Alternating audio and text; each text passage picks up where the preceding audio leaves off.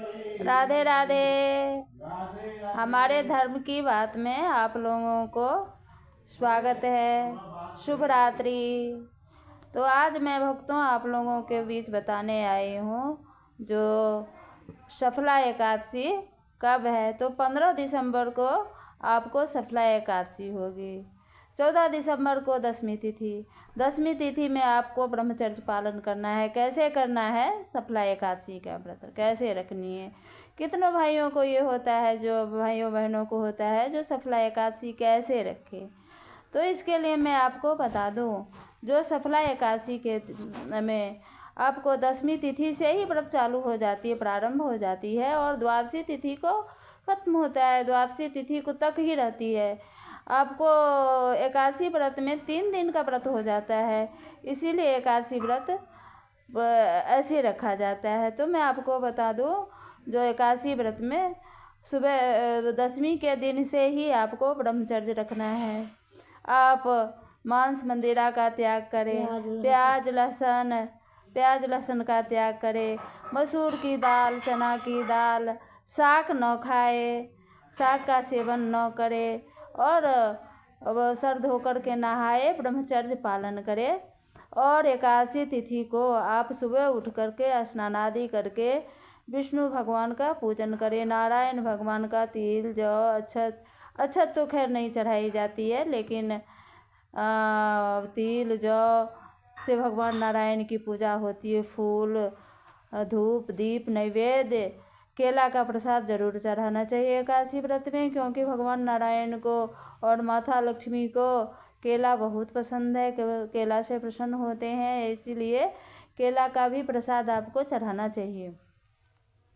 फिर पूरे दिन आपको पूजा करके विष्णु सहस्त्र नाम का पाठ करें और आपको पूजा करके हो सके तो चाय ले लो, पानी ले लो, और यदि हो सके तो आप निर्जला भी रख सकते हैं।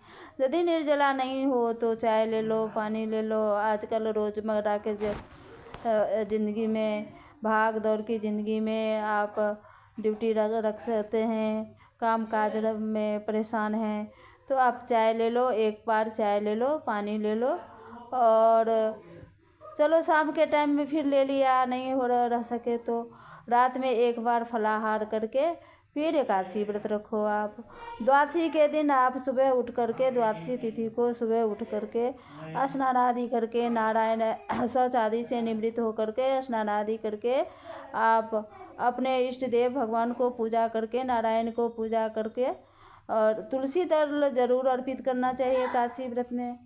और उस दिन तुलसी न तोड़े और तुलसी में जल भी नहीं चढ़ाए, क्योंकि माता तुलसी भगवान के लिए, नारायण के लिए व्रत रखती है, उनका व्रत खंडित हो जाता है। इसीलिए एकादशी के व्रत में तुलसी नहीं चढ़ाना चाहिए, तुलसी तोड़ना नहीं चाहिए, चढ़ाना चाहिए तुलसी, लेकिन तोड़ना नहीं चाहिए। इसीलिए आपको एक दिन पहले ही दशमी तिथि को ही आप तुलसी तोड़ कर रख सकते हैं, उसके बाद नहीं। और द्वादशी को भी नहीं तोड़ना चाहिए। तो नारायण भगवान को तुलसी दल जरूर अर्पित करें। और द्वादशी के दिन सुबह शौच आदि से उठ कर स्नान आदि करके आप नारायण भगवान को, इष्ट देव का अपना पूजन करके और ब्राह्मणों को भोजन कराएं। संभव हो तो ब्राह्मणों को भोजन कराएं, नहीं तो जो भी आप बन सकते सीधा, जैसे दाल चावल आलू सब्जी, जो भी हो सके। अभी सर्दी का मौसम है, गर्म कपड़े, गर्म चाय, गर्म पानी, आप जो भी दान कर सकते हैं दे करके तुलसी और गंगा जल ले करके अपना व्रत खोलें। तुलसी और गंगा जल ले करके अपना व्रत खोलें। और द्वादशी के दिन आप कितने को ये रहता है द्वादशी दिन चावल खाएं या ना खाएं, तो द्वादशी के दिन आप चावल ले सकते हैं। द्वादशी के दिन बोला जाता है, जो द्वादशी के दिन भगवान को अक्षत चढ़ाने, चावल दान करने और चावल खाने से भी अश्वमेध यज्ञ का फल मिलता है। इसीलिए द्वादशी को चावल जरूर खाने चाहिए। और फिर ब्रह्मचर्य का, द्वादशी के दिन भी ब्रह्मचर्य का पालन करें।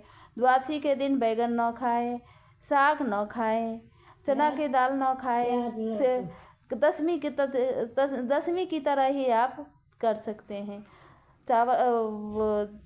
चने की दाल नहीं खाए, मसूर का दाल नहीं खाए, प्याज लहसुन का सेवन न करे, साग का सेवन न करे, द्वादशी को भी ब्रह्मचर्य पालन करे। इसी तरह एकादशी व्रत रखी जाती है।